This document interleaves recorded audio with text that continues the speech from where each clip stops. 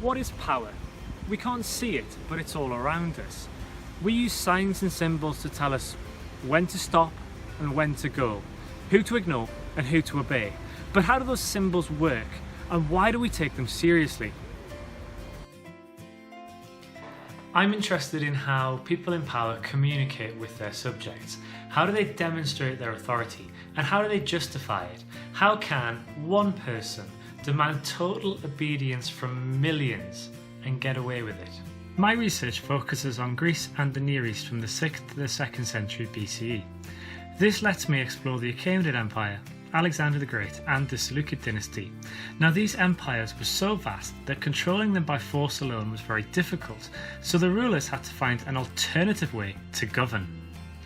These were also multicultural states. The king ruled over millions of people who worshipped different gods and spoke different languages.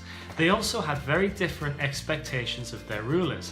What one group of people thought was absolutely integral to monarchy might completely alienate another group.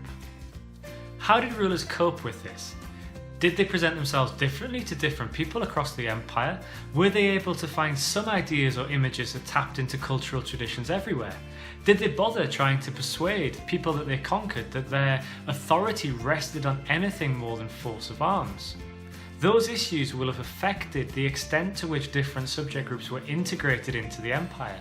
What might that tell us about multicultural societies?